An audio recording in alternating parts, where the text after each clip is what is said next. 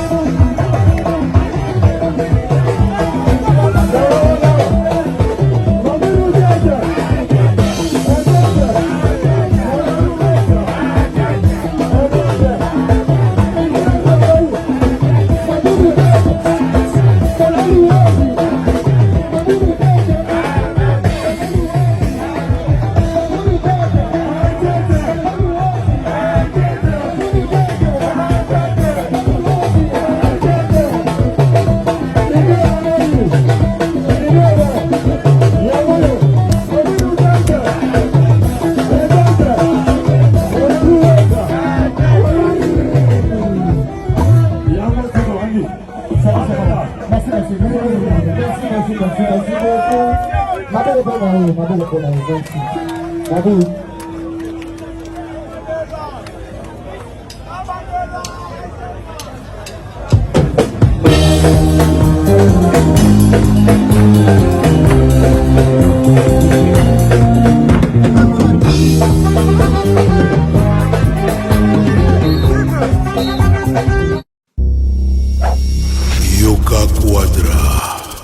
C'est moi, Koffi Olomide.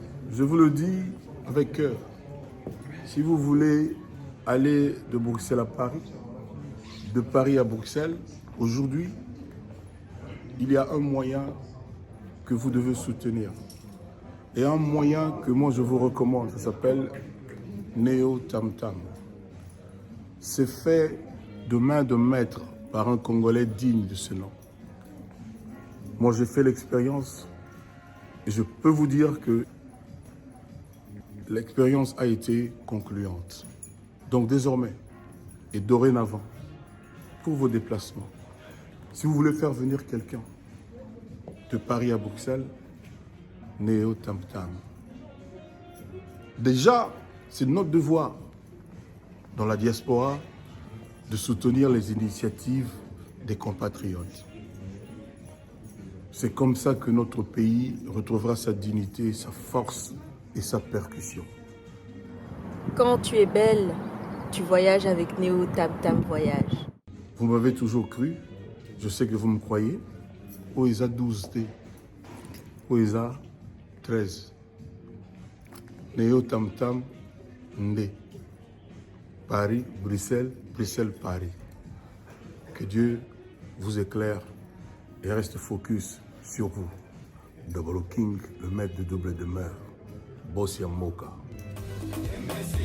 Jacques Pemba, Belade, Inoël Ngoya, Charisme,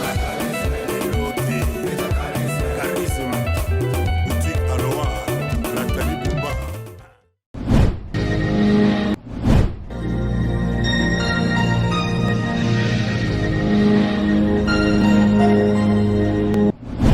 Check, c'est Dicap la merveille et PIB de Oro.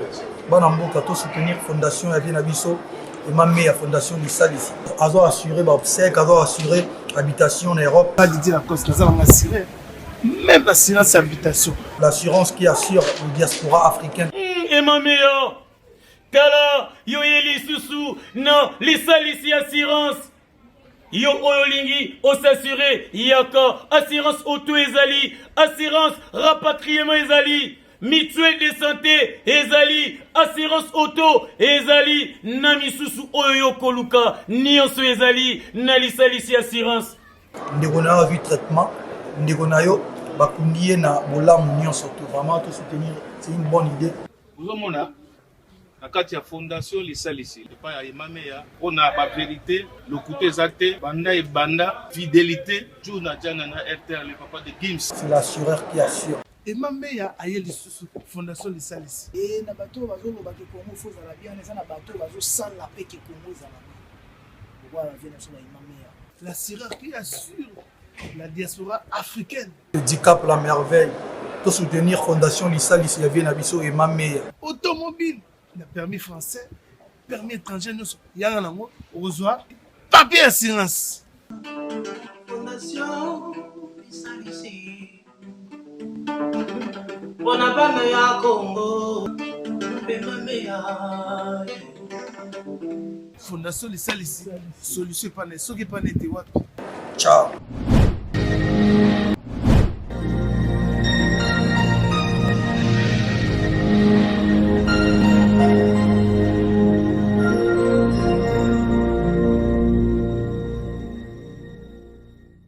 Sacerdoce raté, jamais errata. Zamba Pambola Bino, Ezatu Pesino Kaka message, Kayum Tozo Landa, Dieu a permis, tous à la Anna France, na Katia Saint-Denis. Makambon Zamba Zo Sala na Saint-Denis, place Toza na siège, Eza Makambo Belé, peut-être Toza qui informé. Bible Lobby, il est le même hier, aujourd'hui et éternellement. Nazon di Manzambe wana wa Salaka. Et Zambana bi Yaka Anna Saint-Denis. Et Makambo Belé Zo Salma, zo na l'adresse. Peut-être on va quitter son adresse. 9 rue de la Poterie. Na Katia Saint-Denis. C'est facile, zo à la gare à Saint-Denis. gare à Saint-Denis, aux 838, au Kitine, à deuxième arrêt, Delaunay-Belleville. C'est là où je suis. Mercredi, service sacerdotal. Aux un problème aux Tungisa, on limara loi prophétique, on limara nzamba bikisaka. Mais quand on zambe nangai, mercredi, tozawa, 14h, service sacerdotal prophétique et bandit. Dimanche, à partir de 15h, adoration et louange, et ils appellent service prophétique. Donc partout d'ici, vous allez, on va nanda route. Ils ont invité dans dimanche. Il y a un dimanche. Toku misandam ensemble. On a les camos joués, batena salanine. Viens, je connais ce Dieu-là. Il est capable de changer tout. Au nom de Jésus. Il y a une image à Mangengenge, Tozana Mangengenge, la loi surnaturelle, toujours croire dans Zambewana. Ozan a déjà mercredi, Oyo, dimanche, Toza Awana, Saint-Denis. Zoa numéro Yangwana 07 66 27 40 0D. Numéro Yangwana. Kando Zolanda Benga. C'est votre frère, Père Conde Israël, sacerdoce et raté, jamais rata. Toza présent na Saint-Denis. Donc na Saint-Denis, ma kamine les salama. Zamba pambo. Nazana message à mukuse yon tozo landa kozapete ya mukuse. Message à ngweza boy. Nzamba ebisinga na sambela pona ba aîné de la famille. Yami balé na sambela pona ba maladie zo silate. Yami satu na sambela pona ba blocage. Mari de nuit, femme de nuit, force nyonso. Nzamba pina schéma. C'est simple et si là. Adresse na précieux. Jusqu'au numéro 07 66 27 40 0D. Quand on talo quand ils a azaré azarte, mais quand on zambenanga, na lobi sacerdoce c'est raté, mais quand zambenanga, après singa schéma. Et quand on zolanda, miracle nzambe salamela, benanga na suka. Tozalia mercredi 14h séance à Royambe Bandi. Dimanche 15h yara na famille na yo. Zamba pambola yo. C'est votre frère Père Conde d'Israël, jamais rata. Merci.